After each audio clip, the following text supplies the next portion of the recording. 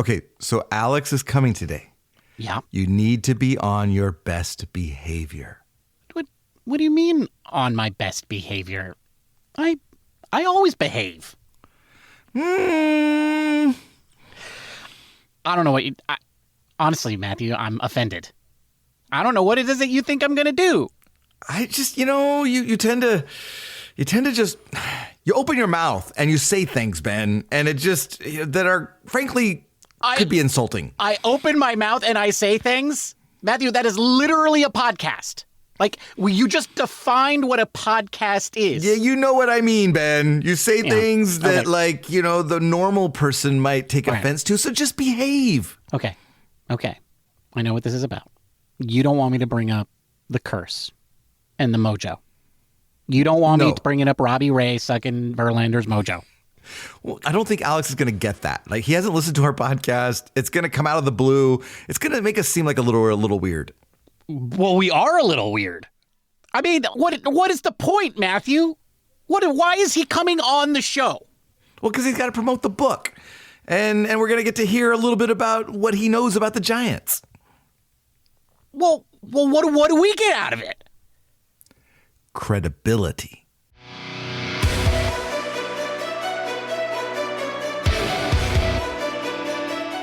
Welcome to Giant Cocktails, where the losses hurt, but the cocktails help.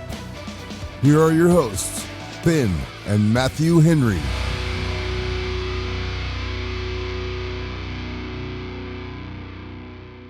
Welcome to another episode of Giant Cocktails, episode number 306. Ben, did you know that Jeremy Affeldt had a 3.06 ERA with the Giants between 2009 and 2015? Part of the core four that helped the Giants win 3 World Series championships. Little known fact, Affeldt is the all-time leader in postseason whip with a .702 whip over 31 and a third career playoff innings.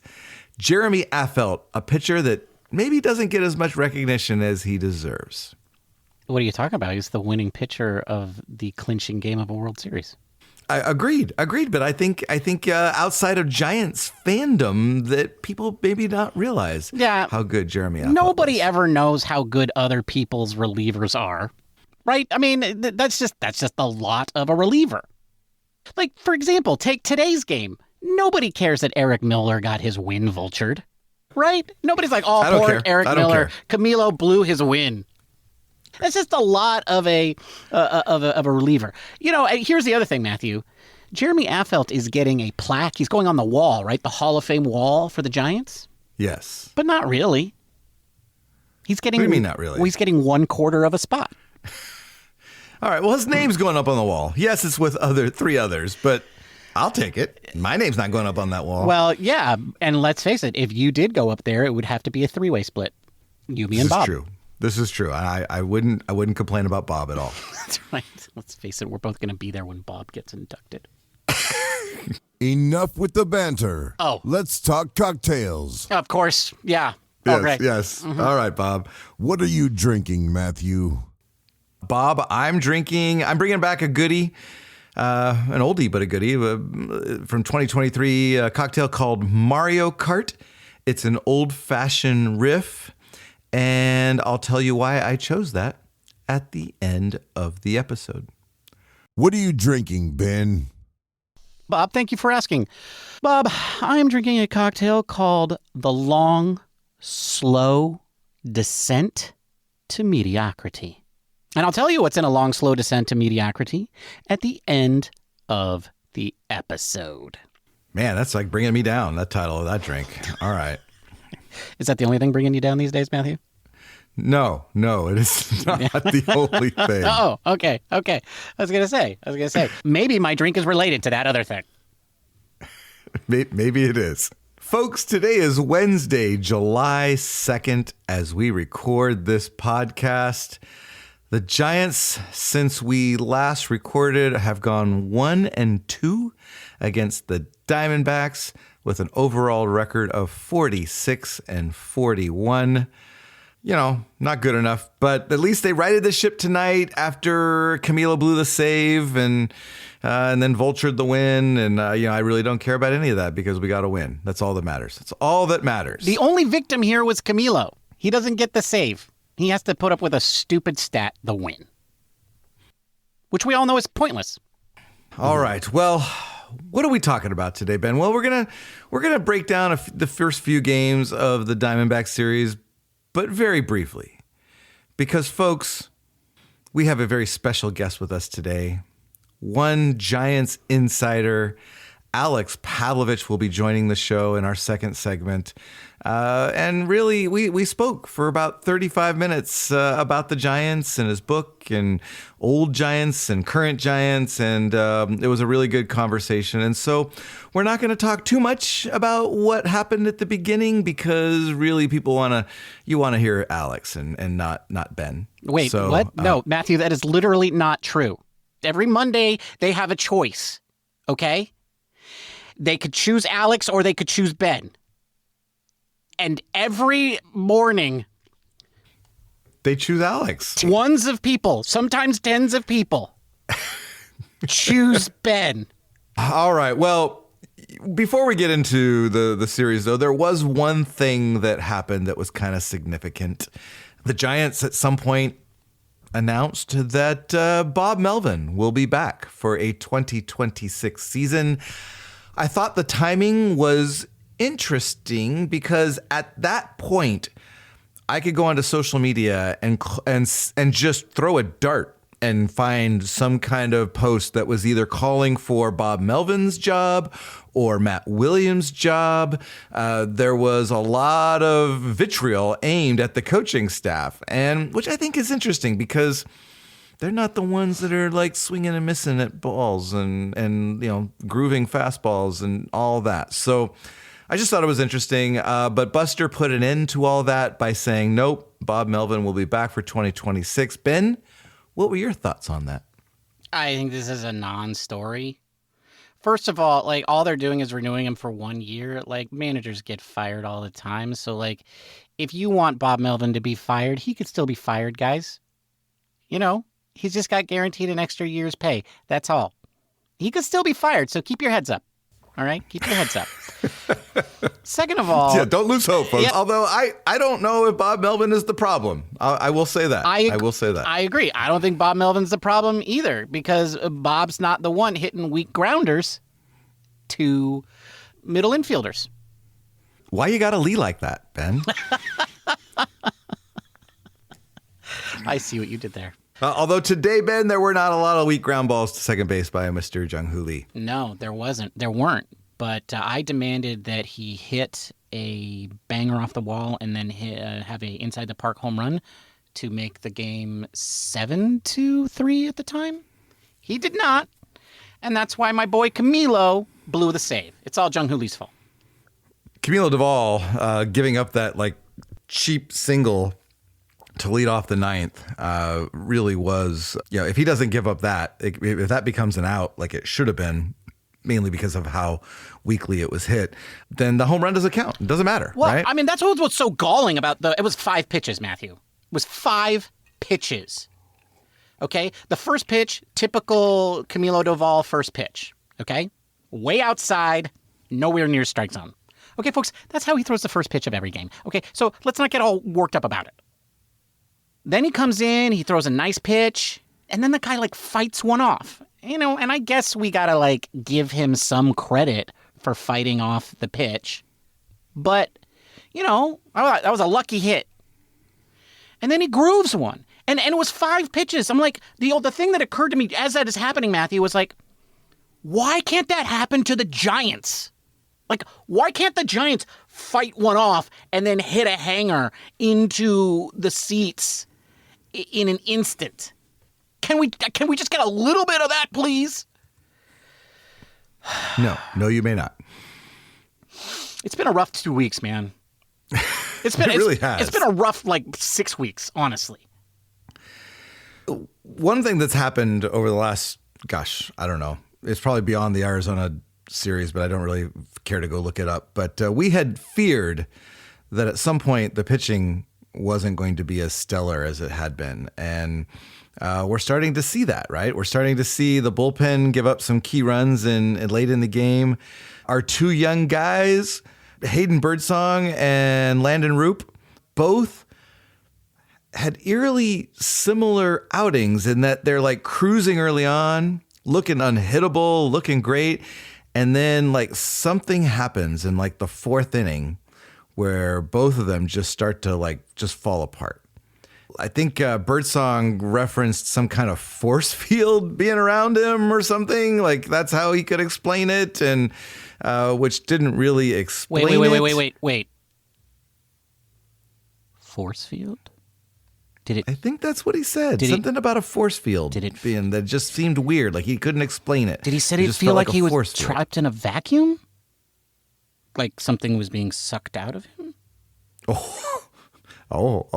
Maybe we should give him that insight because I don't think that he put that together. Yeah, I mean, he was struggling to figure out what the metaphor was. Like, so he's like force field. A strange force was impacting him. Yep, and he was sitting right next to Robbie Ray when he said it. God damn it. Verlander, you have one job. Okay? And it is to protect Hayden Birdsong. I'm pretty sure between like the third and fourth inning, Landon Roop sat next to Robbie Ray today. I mean, it's been a thing. It's been a thing, right? It really does seem like the fourth inning just turns into, an absolute adventure. I do find it interesting, though, how both of them walked two guys back to back, and both of them gave up a home run. Landon Roop did it in the right direction. Correct. Landon Roop did it in the right order. Believe it or not, giving up the home run first, that's the right way to do it. Yeah, I mean, this is like the second start in a row where Birdsong has looked really good, and then you're like, what is happening? What is happening? And I guess like what has to happen is somebody needs to make sure that Robbie Ray breaks his eye contact. In all seriousness, when you talk about that makes me think like this is a learning experience, right? Like this is something that they have to learn to work through and be able to handle these moments.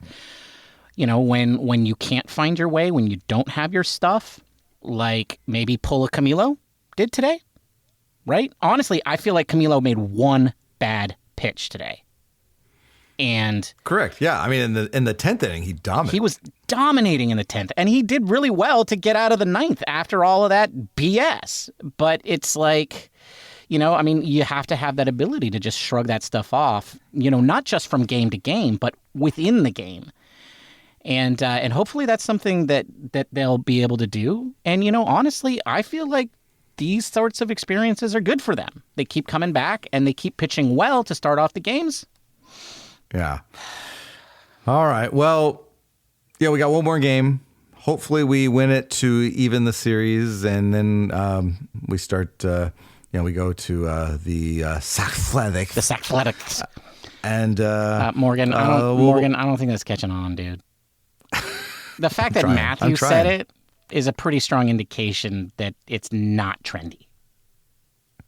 I'm sorry, man. I'm going to go back to calling them the Vagabonds. I did my best, though. Did my best. Okay. All right. Well, folks, we reached out to Alex Pavlovic when we realized that he had a book to shill, honestly. And we thought, hey, maybe this might be our opportunity to get him on the pod. And it was. That's right. He really is interested in our mother buying his book. And it's a great interview. He shed some light on some things, some interesting tidbits to pay attention to. One is, interestingly enough, I've never been in part of a baseball podcast where bidets come up. It was a serious subject matter, folks. The Dodgers also come up, and it might make you angry. I'm just saying. Finally, we didn't get too much into the food, just so you know, but. but there is a little tidbit on chicken tenders. So yeah. Matthew prevented me from asking the tough questions about the garlic fries. Again, Ben, I know you. You would have been like you're the reason why they're cold. Yeah. You would have been just all like into it. I would have been like, why are again. you a garlic fry apologist, Alex Pavlovic?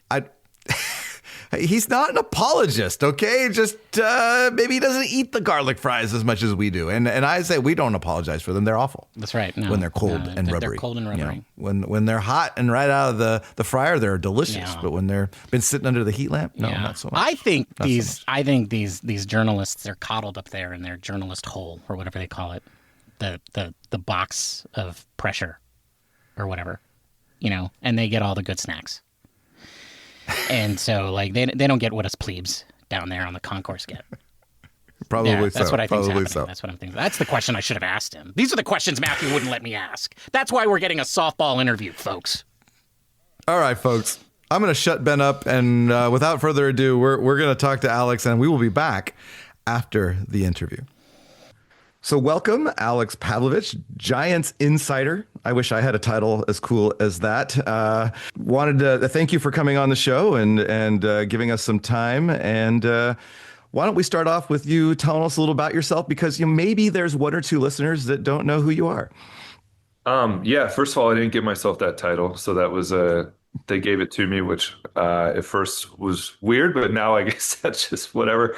I'm from the Bay Area. I grew up going to Giants games. I went to UC Santa Barbara and covered high school sports in the Bay Area for a couple of years. And then Andrew Baggerly, I was at the Merc. I've twice followed Andrew. He moved on to NBC Sports Bay Area, and it was like a week before spring training, and I was a young kid, and they're like, "You want to go out there?" And I'm like, "Sure." Yes, obviously. And then Giants won the World Series that year. Matt Cain threw a perfect game. What else happened? Melky happened. Buster Posey was MVP. So basically, like, my journalism graduate school was the 2012 season. And then a few years later, I went to NBC Sports Bay Area. I've been there for 10 years. So it's I never thought I'd be doing this in my 40s, but here we are. Yeah, no, well, that's great. And so you wrote a book. It's called The Franchise, San Francisco Giants, A Curated History of the Orange and Black, which is coming out on July 8th. Tell us a little about the book. It is. It goes back to basically when they moved from New York, and it's. I think it's very easy to read. I didn't want people to feel intimidated by it, and just the structure of the way Triumph does those books. They're like, do whatever you want. So it's basically hits on everything, going back to the Hall of Famers. The championships, obviously those 3 seasons. The book starts with 2012, not just because that was my first season, but I thought that team was maybe the most interesting of the 3 title teams, and what happened in Cincinnati and St. Louis, and then sweeping a really good Tigers team, and just all the characters on that team. Buster's comeback. So it goes into all that. I think the last stuff it hits is 2021. And some of that. And, oh, wow. I talked to Max Scherzer about that 9th inning. I talked to him about the check swing. Sorry, I went into all that. Talked to Wade about. This is one little. I get these little things in my head, and one of them is, I'm sure you guys remember Wade almost homered in that inning, and little things like that are things that I'm just like, I really got to dig into this, as opposed to like everyone remembers Wilmer's check swing. I remember Wade almost winning the game 5 minutes earlier. So.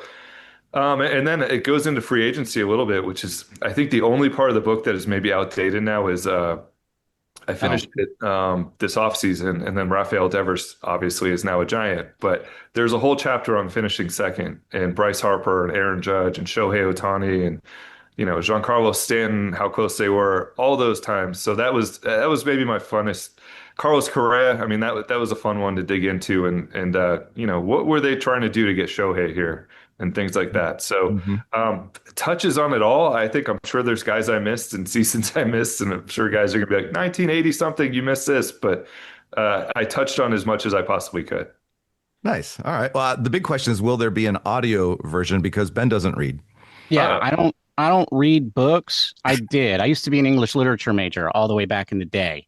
And I haven't read a book since. Oh, no. So I was wondering if there's going to be an audio version, and if so, who's reading it? I don't think currently there is. I think if this podcast goes well and the rest of them go well and it does really well, then we could we All could right. look at other options for expanding. I know who would be my dream choice. This is because I want him one day to record my outgoing phone messages is John Miller would just be, and I would never make John read my entire book on audiobook, but I've always thought like John, I've told John this. I'm like, one day I'm going to give you my phone and be like, just record my outgoing message. So he would be an easy choice. I think you could do Wow. that tomorrow. I think if you just went He up to would do him. it in its heartbeat. So Yeah, like I mean, that's a dream for all of us, Alex. But you could actually make it happen. I know I always forget about it. And then I'm like, we should do that. All right. Well, the John Miller thing falls through, then I volunteer to read your book. I appreciate it. All Oh, right. Yeah, no wow. problem. No problem. Wow. Maybe Bob will read it. So when maybe so Yeah. Bob is our imaginary we have a third partner on here that we periodically pops in, and we have it pre-recorded messages that we kind He's of put in there. he's our listener's favorite guy on the Got it. show, So, actually. so we refer to So- Bob a lot. He's kind of imaginary, though. Okay, so I got to have a question for you, though. So there were two really kind of like, I don't know, iconic eras, I think, of San Francisco Giants baseball, right? The 60s with, McCovey and Mays and Marichal and, and then the 2010s. Talk a little bit about the difference between those two, and which one do you think will be best remembered? I think the titles are going to end up, overpowering everything else. And when I was digging into the book, it is fascinating to look back. And this is some stuff I didn't know. I mean, one of my favorite things was I was lucky enough I got to sit with Juan Marichal at a game last year for like 3 innings, which was unbelievable. Wow. And talk to him about those times. And the chapter with him starts with, the game where he threw like 200 pitches against Warren Spahn. And Right. there's Yeah. so many things that I hope younger, I know like my podcast, I know people I see on social media, I know there's a lot of younger Giants fans now, like 19, 23-year-olds. I hope they pick it up and go back and look at like this, like you mentioned, the 60s and what was going on. And not just that, but what led to that ending and the financial troubles the Giants had, almost moving and ending having to trade some of these guys. When you look in retrospect, it seems insane, but I think that was obviously a fascinating era, and I don't remember the exact. It's in the book somewhere. I should know this because I went over it 10 times, but I think they won the most games in the 60s out of anybody in Major League Baseball, and to not end up getting the finish line there. And there's a quote from McCovey where after they lost in the World Series that he was like, oh, it's okay, we'll be back. Like it's Right. so for it not to work out, then I think in retrospect is you look at that team with McCovey and Mays and Cepeda, Gaylord, Marichal, like it's kind of insane that those guys didn't win like 6 titles in 7 years. Yeah, they're like the Dodgers now, right? I mean, Yeah, it's even more so. I mean, those are the statues and they're all together in one chapter. And I had a sense of that. I mean, growing up and getting to know some of these guys and knowing their history. And unfortunately, we've had to write obits for a few of them recently, but Yeah. digging into it and talking to people and talking to some Giants historians, like, I don't think people have a full understanding of like, these are like 5 of like the best players in Major League history were on the same roster. And there were a bunch of other really good players on those teams as well. So it is kind of insane looking back that they were not the ones to run off 3 in 5 years. Yeah. Yeah, it's interesting. I mean, the Alou brothers were obviously all together and with the team, but it's interesting how you mentioned how that dovetails into one of the worst periods. We actually Yeah. had a question down here, and I'm gonna ask it anyway, even though we Yeah. crossed it off. It's like how that dovetails into the 70s, which was like, were the 70s as bad as people say they were? But the real question I want to ask, Alex, is how good was the 93 team and why was it better than all the others? Yeah, I'll briefly say on the 70s when I was researching and talking to people and was like, what do I need? There's this huge gap, right? Of like, what do I need to cover in that? And it's almost nothing. Like there's very little in the book about that gap until you get to like Will Clark in the mid 80s. It's kind of insane. Like it's really rough for a franchise like the Giants to have that stretch. The 93 team, one nice thing that happened during this was they had reunions the last couple of years, right? So a bunch Right. of guys came to town. They had the 93 reunion. I was up in the suite with those guys for an entire game. And to a man, they say that was the best team they were ever part of. Right. And I talked to Dusty Baker for a while, and he obviously ends up winning in Houston, and he had some success here afterwards after 93, but he goes back and he goes, I had everything. I had gold glovers, I had hitting, I had bonds, I had a bullpen. They had everything. It is a team that I think it is one that gets lost in Giants history. Not for older fans, but I think in Giants history gets lost a little bit because of how good they were. And Bonds comes in and guys on that team, they were like, it completely changed everything. We got swagger overnight. And again, it's a little bit like the 60s, right? Where they had to break it up all of a sudden. And you look back and you kind of go, it's a little crazy that the Giants, who you see what they are now from a business perspective, that they had Bonds and Clark and Williams, and they had to tear this up. Like, it seems insane now, but they're at the same time they're walking dual paths, and Peter McGowan and Larry Barrett trying to build a ballpark. Um, and also the other crazy thing is you look at how the numbers are actually very small. Like it's like what you pay Jung Hoo Lee now is like what they Yeah. needed to get the ballpark built, keep this entire team. So I think the Giants people probably look back and they're like, God, if we just had somebody who was like, here's $50 million, like the entire 90s, you could have had this insane team while you're building this ballpark. But they're walking these dual paths where they literally were like, I'm sure they had money, but they're like, we have no money to spend on this. So, yeah, that team was, you look back and it was loaded. And it is one where it's like, the strike obviously hurt, but Yeah. it's like, God, why couldn't you come back 2 years later, right?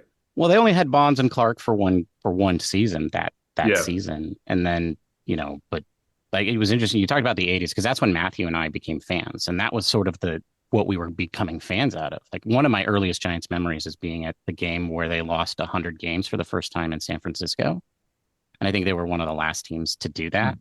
And so that's one of my earliest memories as a Giants fan, is the Giants being bad. And so when 87 and when 86 and 87 came around, and then of course, the 90s, it Yeah. was kind of it was very different than these kids these days who think of the Giants as always being great, and now it's frustrating that they aren't. It was the inverse for us.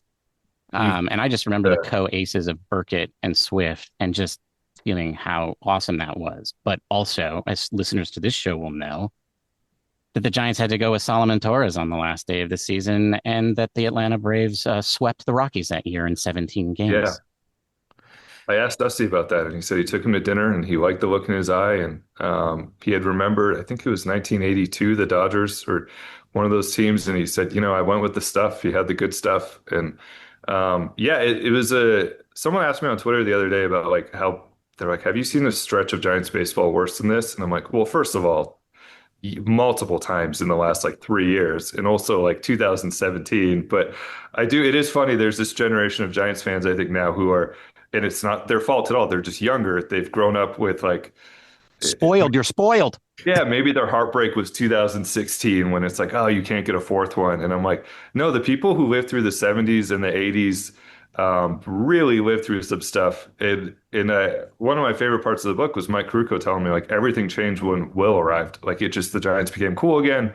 It changed everything. And he was like, it was so important to that generation that he got his number retired and that he'd be a big part of the organization, because they're like, it doesn't matter if he's not in the Hall of Fame. It doesn't matter if you look at the numbers now and go like, oh, he was a good player, but not. It's like everything changed when he arrived. They became cool again and they became good again. So yeah, that was I guess that's when you guys were coming through it. Will Clark was my all-time favorite player. Exactly. I used to. I'm right-handed, but I would bat left-handed and like try and mimic his swing, and it was. Well, and you were always usually playing wiffle ball against me, and so you're 5 years so it was a little easier. So it worked. Yeah, well, I mean, Williams then followed after that. That was my favorite player. So, it was just, yeah. Anyway, sorry, Matthew, you were going to ask a question. No, well, I just writing the book, I'm sure that there were a lot of stories that maybe got left out, or things that maybe kind of stuck with you, but you couldn't fit into the book. Those darn editors and everything. Sure. Can you think of a story that maybe you could share that you learned that didn't make it into the book?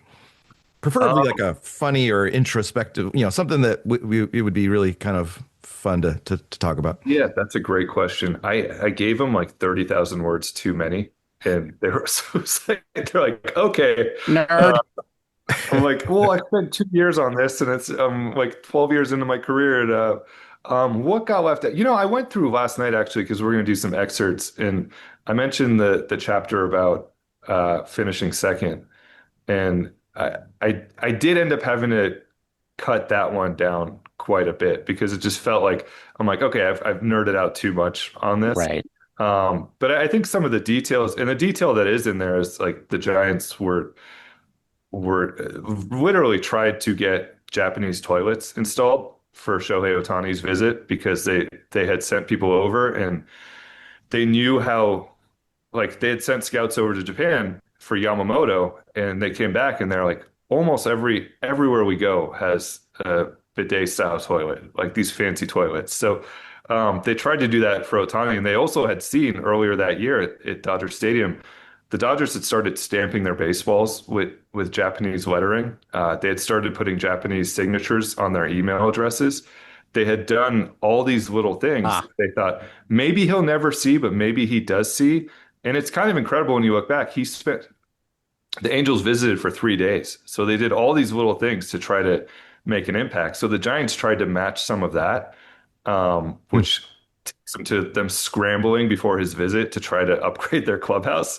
right. It'd be like, oh, maybe he'll be like, we did something here. And then the Harper stuff, I ended up not including some of this, but his main thing when I talked to him about it was he sat down in the meeting and he asked Bruce Bochy, are you going to be back?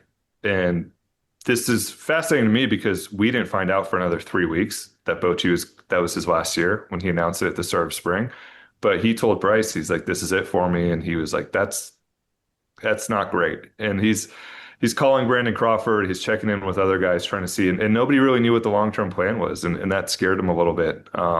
So the Harper stuff was fascinating to me. I was lucky enough to talk to him about it Mm. and talk to Scott Boras about it. And Scott told me, he's like, the Giants were, if you guys remember, the Giants jumped in like February. All of a Yeah, sudden, like I do remember everyone, they came in late. Yeah. Mhm. And he said, he's like, that was kind of a problem. And I think one thing that didn't get included in my book was Scott saying, previously, and I think since, the Giants have done it a different way.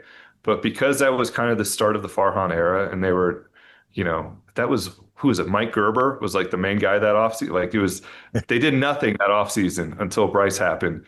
They jumped in late and saw this opportunity, and Scott told me it was kind of like that was a problem because they were constantly chasing the Phillies, and the Phillies had been there since the start of the offseason. The Giants literally in like February decided, like, you know what, this is actually realistic, and flew to Las Vegas. So that one, he is like always stood out to me as like the one that got away because he would have been such a great fit on the 21 team, Yeah. and he would still be here and he'd still be the centerpiece of the lineup. And you look at that contract now, and it's like Peanuts. they're paying Rafael Devers pretty close to what they would have committed to Right. Bryce Harper. So digging into the Harper stuff, I mean, they had his hair products in the clubhouse. They were ready to go. Wow. But just, they were a little Well, late to the party and also a little short money wise.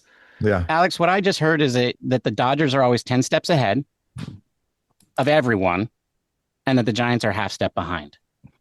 I think the Giants are a step ahead of most in free agency when it comes to the little things. But the Dodgers are 10 steps ahead. When I heard some of the details, I mean, people's business cards that he is never going to interact with, they were Right. prepared for this potential that they would get Ohtani and down the line Yamamoto and become this superpower in Japan as well. So And corner the market on the country that loves baseball. yeah, and I'll tell you one thing too. This is in the book as well. They were not that afraid of the Giants in the Ohtani chase.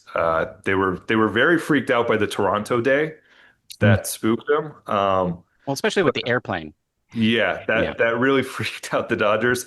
They never really thought. I think there was some. They never thought it was that serious. The Giants obviously were hopeful, but they were not that worried about the Giants. All right. Just maybe one or two more questions before we anything go you on want. about this year's Giants. One of the things that, maybe this corollary that maybe didn't make it into the book too, but I want to hear your opinion is, the Giants now are the only team in the Bay Area. Yeah. And how do you think that will affect the Giants down the road? I think they are, you might have noticed, they have been very polite about this whole thing, but very kind of like, okay, go. Like Yeah. they have not, which is understandable. I mean, it's a business. Yeah. But I think they are very quietly. Cole and I joke about this on Giants Talk all the time that we fully expect next year or the year after the Fan Fest tour to all of a sudden be like, we're going to Walnut Creek, we're going to Berkeley. I think they're very like quietly waiting for this whole thing to end so they can have the whole Bay Area to themselves. I would caution them that there's also some responsibility that comes with that. You cannot be the team that is talking about the tax, I think, when you have the entire Bay Area and you Yeah. have, so I think there will be some, I think there will be some responsibility that comes with that as well, but it's not something they talk about, but yeah, this is really good for them. Like this is, Yeah.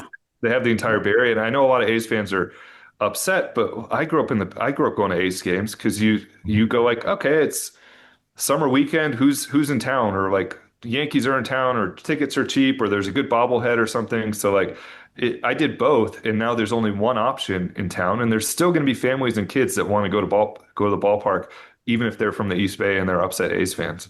Yeah. Well, I think when we were growing up, it was which team is in town on the weekend that we can go. You know, it was. Exactly. Yeah. You know. Yeah.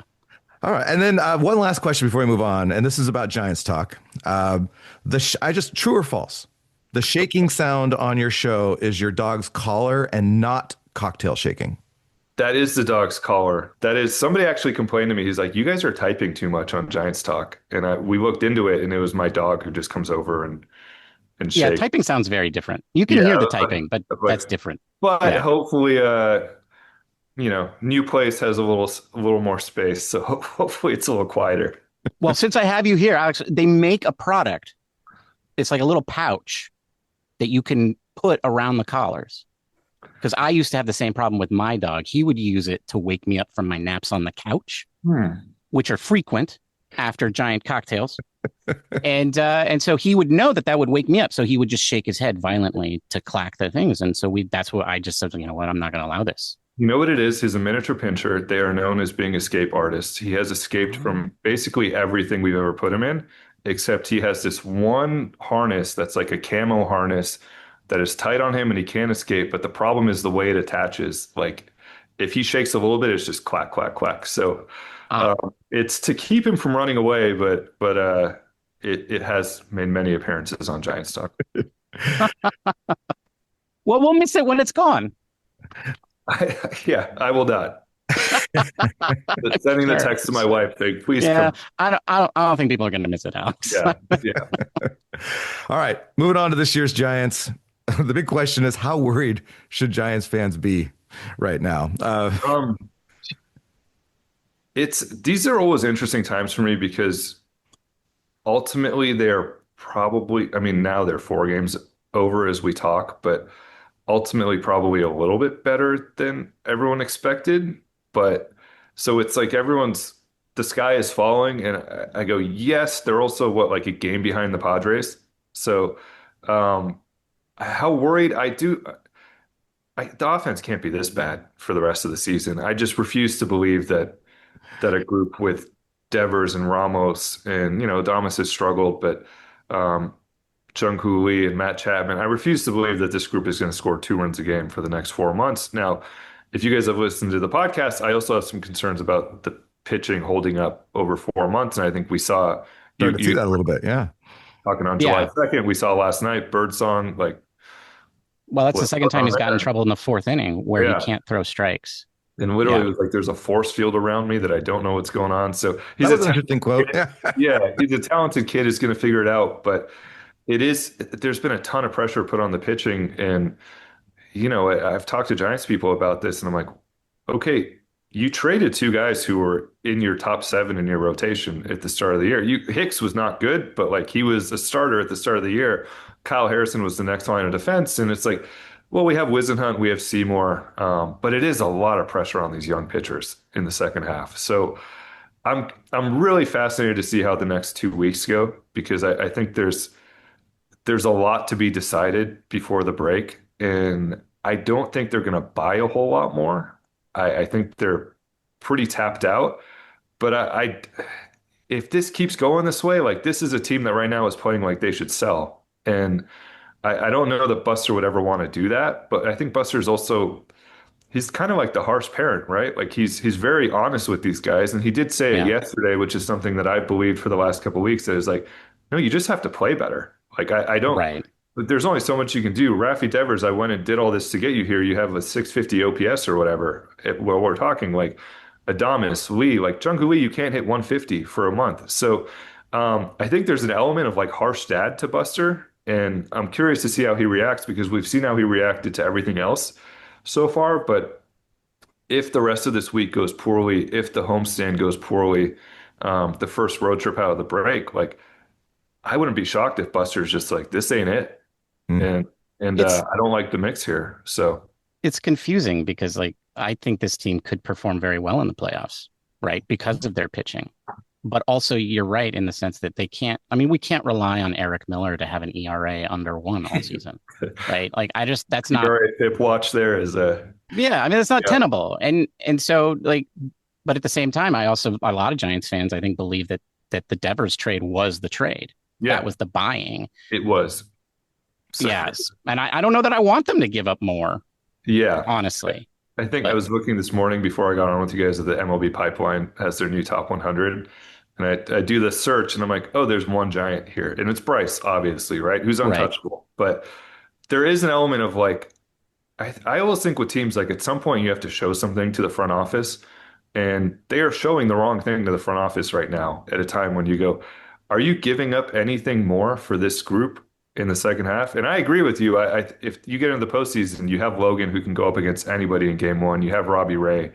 I know they would unleash Randy Rodriguez in a postseason and all of a sudden be like, hey, you're throwing 3 innings in Right. game three to try to get us from the fourth through the sixth or whatever. But you have to show something here. And this was always the way I know Brian and Bobby and Farhan, everybody I've ever worked with covered has felt the same way. Like in July, you kind of have to show who you are. And so far, it's not been great. Right. No, no, it has not. And one of the No. things that hasn't been great though is Justin Verlander, and he's pitched well at times. He's pitched poorly at times. Overall, maybe a little below average. No wins. How frustrated is he right now? I will say he has handled this phenomenally well. He is you would expect, right? He's 42, has been around for 2 decades. He's like there's a lot of adults in that room, but he like has this gravitas to him of like you can tell he's seen it all, he's been through it all. He has handled it really well, but I think you can see some frustration. And I genuinely like there are not many things where I'm like, that really sucks for that dude because ultimately, like these guys are playing a kid's game and making millions of dollars, and it's. I think it really sucks for Justin because he is very open about 300 wins, and he is the last person who's going to have a chance to do this, barring something completely unforeseen. Even what Paul Skeens has like 4 wins. He's maybe the best pitcher of this generation going to be. It's just not going to happen. We're not going to see people get to 200 again. And so Justin, to come here and have this team be 4 games over 500 and he has no wins, like the fact that he hasn't been able to chip away any of that, I think is a bummer just from a fan perspective. And for him, I think is probably really wearing at him because coming into the season, you could like make the case that, all right, this year and then 2 more years somewhere, and you can get to 300. Now the math is just like really, Not you happening. have to pitch until what? He's like 47. So Yeah. it is a bummer, and he's been very open about that, about 300, and the fact that he's all else aside, the fact that he hasn't been able to snipe like 4 or 5 wins here is kind of crazy. Absolutely. And so the other you had mentioned Adamas and Jung Hoo Lee have to just play better. Yeah. The Giants Agreed. these are their 2 long-term contracts. You know, we got center field locked up. We got shortstop now locked up. There's not a whole lot you can do with that long term. Is there any Yeah. concern about that long term, or does the organization really believe that this is a kind of a fixable thing? I haven't heard much concern yet. I will say like Willie doesn't look cooked. Like he actually I think the last month has been pretty solid defensively. Like looks like he's fixed some of what we saw in April. Yeah, he was not good at the beginning. Yeah, the ball's jumping off his bat at times. I was a little surprised just looking at his numbers for June because it seemed like he really figured it out at times, but overall it hasn't been there. So I think I don't know that there's as much concern there. I wouldn't be shocked, like just given what you saw it last night. I mean, we're talking he smokes a ball last night. Um, he's done it a couple times this series, so I wouldn't be shocked if there's like a second half push for him. The Lee thing is the one that I is fascinating, and I'm currently digging into. I'm worried, Alex. I And it and is I'm the concerning. only person in all of Giants media, and I hesitate Mhm. to say that because I don't like to describe myself that way. Yeah. Who is willing to say bad things about Jung Hoo Lee? Somebody has to point it out. It is. I think the defense has been fantastic. And really the jumps he gets, he's one of those guys you see live and you go, oh, it's a different level of center fielder than what they've had the last few years. But it does seem like it's either a ground ball to second base or a pop up. And Mhm. there's no, I've been a little, I guess, surprised that there's not more, like he grew up idolizing Ichiro, that there's not like a counter to this of him just flipping balls into left field as he tries to get back on track. So it seems like he is trying to pull everything, and you're seeing teams like basically play the shortstop behind the bag as far as they can shift over. That one is he's never going to be an exit velo guy. So that one is like if you can't, he's not going to strike out, but it's not.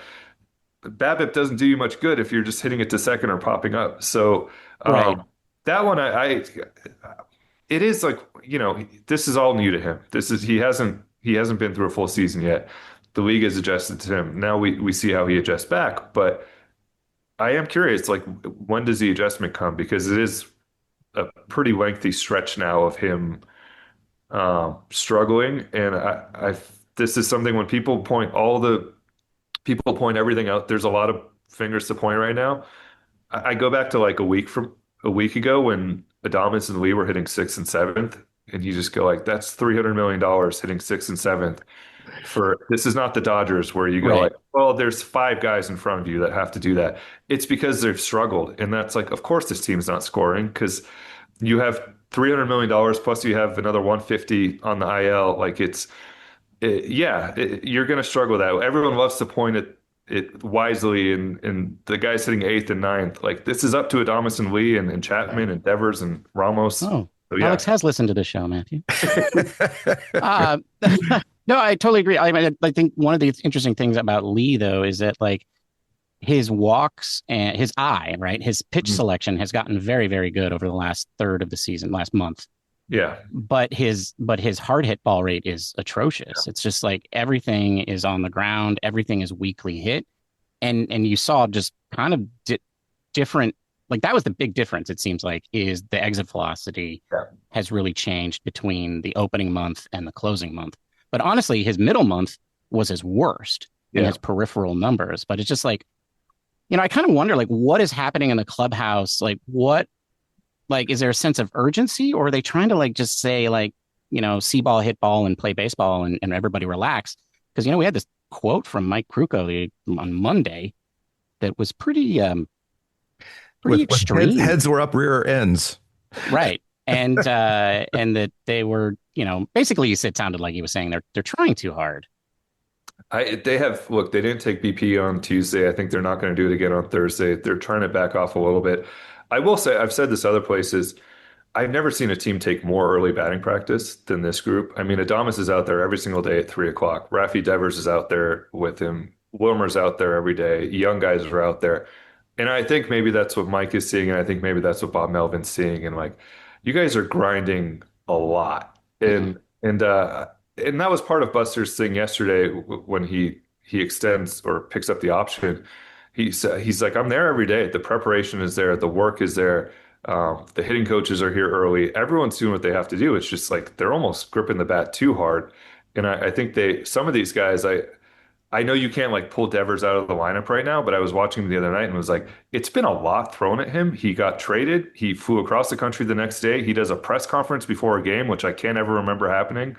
All this stuff thrown at him. He talks to the Boston media on Friday, and like I almost feel like he needs like the full like 2 days, like day off before an off day, and like Right. 48 hours just reset, unpack. I think Jung Hoo, just going back to him quickly, like one thing we don't know about him is we know Yaz wears down, right? Like he's a smaller guy. We've seen that over and over again. They wore him down early this year. We don't know about Jung-Hoo. Like we've never seen a full season of him. Right. He's really small if you actually meet him. Like he's a very slight frame. Has he worn down? So I think this is a group that like desperately needs the All-Star break in a lot of ways. But obviously there's a week and a half before then, and they're playing themselves into a I tough mean, position. Yeah. they're playing the worst teams in baseball and losing Yeah. badly. It just seems like there's some frustration among them. Yesterday, I saw a quick when I think Jung Hoo Lee hit a fly ball to center field, and it was kind of a medium fly ball pop up kind of thing, and he immediately slapped his hand down on his leg as he was running to first, and you could just see these outward expressions of frustration, and I feel like maybe that's also kind of weighing heavily on them. Yeah. I mean, losing it's difficult. So it's I know people, I know I see the fan reaction every night. For better or worse, I'm still very much on social media. But I will tell you, like going into the clubhouse tonight, like last night, like it is somber. It is, they are taking this hard. But there has been no solution recently. So Yeah, I mean, it's interesting from a fan's perspective. Like we always want change, right? yeah, We want the roster change. We want the coaching Coaches change. Yeah, whatever. We want the players to change their swing to do all of that sort of stuff. But also, just like as a former manager and performer myself, it's like at the same time, like sometimes you just have to go out there and do the thing that you're talented enough to do. And when you overthink things, it's like, yeah. And I mean, somebody like Kruko, that's probably what he's trying to say. But at the same time, like the frustration, it's mounting for everybody. I would also say there's a fine line. Like I constantly want to search people's Twitter profiles when I see them going like fire this guy, because I want to be like, were you calling to fire Justin Veely a year ago? Were you calling to DFA this guy? Were you calling to get rid of Farhan? Because you probably were. And we just went through 5 years of like it seemed like if you went 1 for 12, you were sent back to AAA, or Yeah. you were. Yeah. You were were fired. Yerman Mercedes was starting the next day. So it was the waiver claim comes in. So they have gone with continuity and maybe at times too far to the other end. But I will say, it's I don't know. Just from a Giants person recently, I was like, everyone's angry about this, and he's like, aren't they angry all the time? I'm like, yeah, that's kind of just the way it is. But That's why you go on Twitter. Yeah, we've seen the other side of it. Like we've seen the 70 players coming in a year. We've seen the 15 coaches, the too many voices. They're trying the different way now, and like this is a losing skid as well. So yeah. Yeah, I mean, I guess we'll see. Well, Alex, we're running out of time. There's been a slight disagreement between Matthew and I about the quality of the chicken tenders. Last year, you advocated. I did. You did a lot of background work, and the chicken tenders improved. In fact, you may not know this, but you actually interacted with Matthew on social media about it because we went and we're like, yeah, can confirm chicken tenders better. But then I think I heard you say that they actually got smaller. I have not had them this year, to be honest. I am trying to eat a little bit better, but well, we have a solution to that too. Okay, which is, it's a little like I don't know if you guys have been to Chase Field, like not a whole lot of options to eat a little bit better, but I'm trying not to just default go to the chicken fingers and pizza. Maybe fatherhood changed me in that. I don't know, but so I haven't tried them this year. I've heard mixed reviews. I do think I will give me and Cole some credit. I do think we gave the Giants enough grief that they maybe made some improvement there last year. I haven't tried them this year, but I've heard mixed reviews. Okay.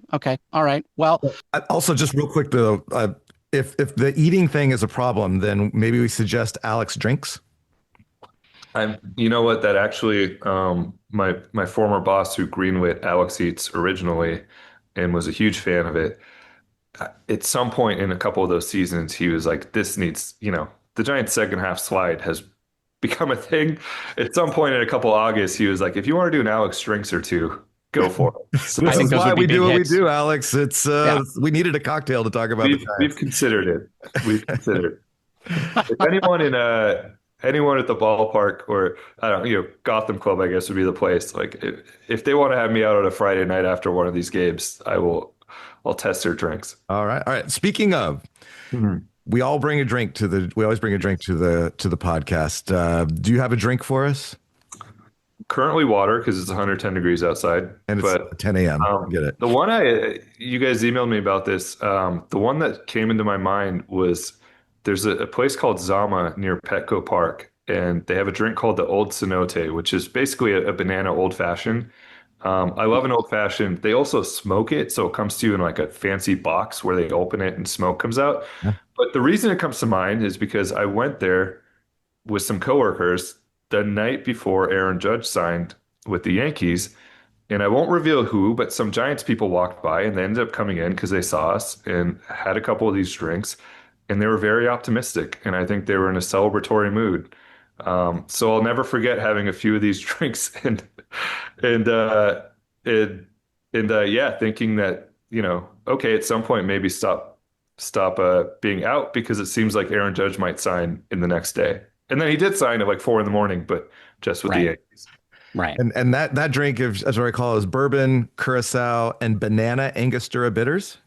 Yeah, that's what it seems. I've had it a few times. It is sometimes a stop for me after a game at Petco. Just like, oh, that was a tense 2-1 game. Let's go. So yeah, I love an old fashioned. Yeah, I actually, when you sent me that, I immediately dumped some Ango into some banana chips. And while it did change the flavor of the Ango, I'm not sure if I'm getting banana. So I don't know. If you're ever near Petco, I believe some baseball people might have an ownership stake in it too. So it's a good one. All right. Well, Alex, I definitely want to thank you for joining us today. When does the book come out again? The book comes out on July 8th. You can get it, obviously, pre-order it on Amazon.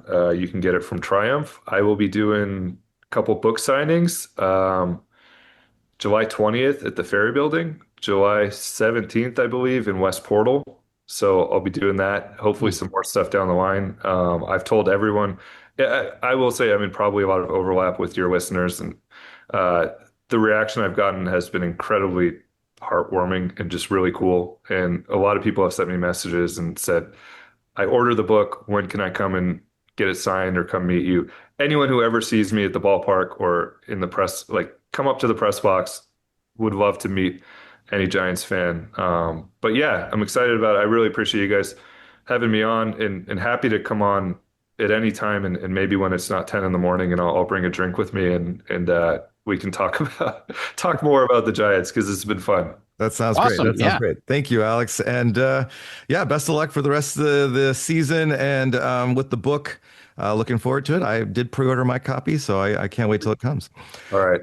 Thanks, guys. Right. Take care, Alex. Yeah. Thanks, Alex. Bye. Okay. Well, that was a lot of fun, Ben. I really enjoyed talking to Alex, and he did say that he would be happy to come back at a later date, and so we will definitely take him up on that. See, I didn't embarrass us. Although he did say he was going to listen to the episode, so that might be problematic. Yeah, he did ask us like when we published, so that could be a problem. I told him it could be a problem. I told him we don't. We just keep the recordings. Anyway, maybe we should just wrap this up and look ahead to after the Diamondbacks series. Ben, we have what? Ben, we are playing the last place. Oh no. Athletics. Oh no. Who are 36-53. 404 win percentage, 17 and a half games out of first place, 4-6 in their last 10 games, which is actually one game better than the Giants. They have a negative 140 run differential. And at home, they have a 15-27 record. They actually are better on the road than they are at their little minor league park. The interesting part about this, Ben, is that many of the Giants have played significant times in this ballpark. I was going to say, a lot of the Giants are comfortable there. A lot of them were just there. Isn't it time for the booze, boys? Oh, yeah. Yes, it is. What are you drinking, Matthew? We already heard from Alex, the Old Cenote from Zama, which is a Latin/Japanese fusion restaurant in San Diego. So if you're ever down in the gas lamp, make sure you check out Zama because apparently they've got some pretty cool cocktails. But what I am drinking today is a callback to that because when Alex told me what drink he was drinking and it had banana in it, I thought, well, I'm going to bring back my banana drink. So it is the Mario Kart. And what is in a Mario Kart? Well, it has 1 ounce of rye whiskey, 1 ounce of cognac, or brandy if that's all you got, a ½ ounce of the Giffard Banana do Brazil liqueur, a 1/4 ounce of the rich Demerara syrup, and 2 dashes of Angostura bitters, and absinthe for rinse, and you're going to need a lemon peel for garnish. What you're going to do is you're going to prepare your rocks glass by rinsing the inside of the glass with absinthe, or use an atomizer to spray the inside of the glass. You're going to place a large ice cube in the glass and set it aside. Then you're going to take the remaining ingredients and add them to a mixing glass with ice, stir vigorously for 30 seconds, strain into your prepared glass, and express oils from the lemon peel over the cocktail and place the peel in the glass. And you get a very nice, sweet, and banana-ish, lovely cocktail. So that's what I'm drinking, Bob. The Mario Kartish. That's a tasty cocktail. What are you drinking, Ben? Well, thank you for asking, Bob. That is very kind of you. Bob, today I am drinking a cocktail called The Long, Slow Descent into Mediocrity. To make the long, slow descent into mediocrity, you take a rocks glass and a lemon wedge. You slice the lemon wedge crosswise across the flesh, and then you take that cut and you put it over the rim of your rocks glass and run it all the way around. Then you take your rocks glass and you dip that onto a plate that has been prepared with a little bit of pile of granulated white sugar.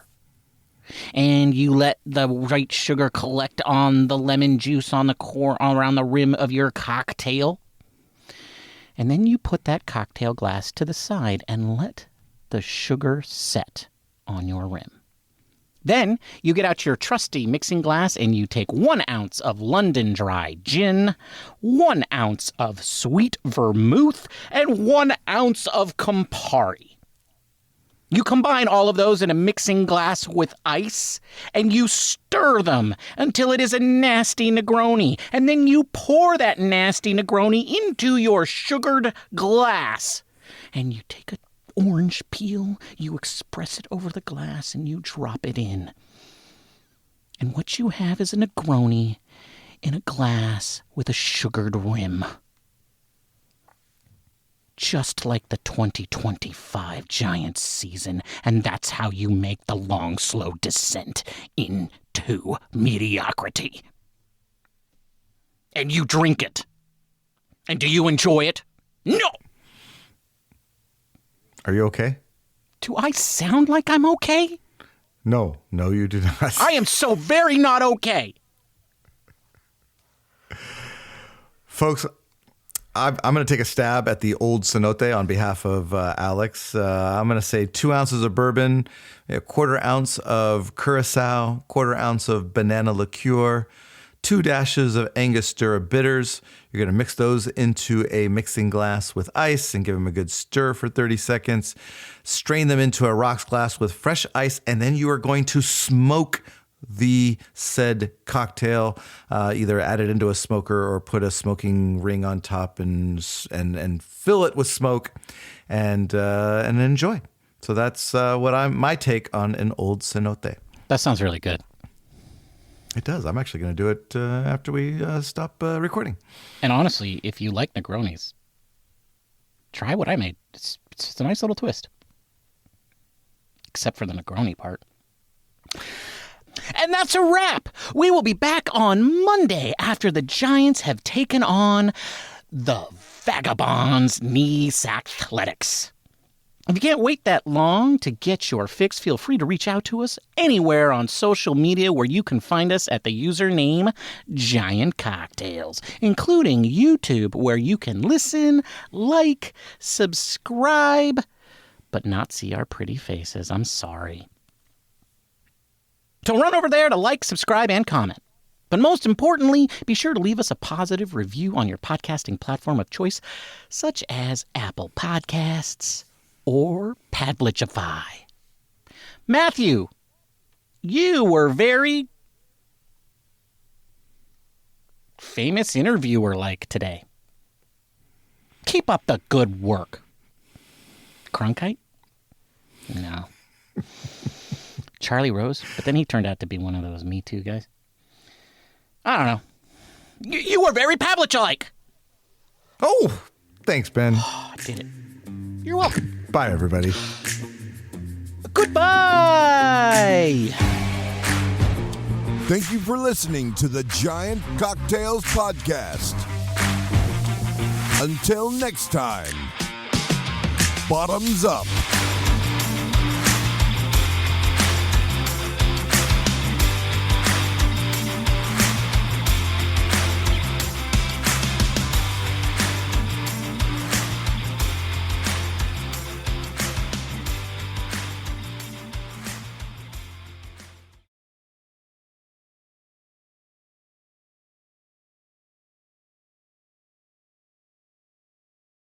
And just real quick question though, what's it like working with Cole? Like, do you have to wait for him to get on Zoom for like 20 minutes when you're on there? And Is he the Ben of the Giants talk team? That's what Matthew wants to know.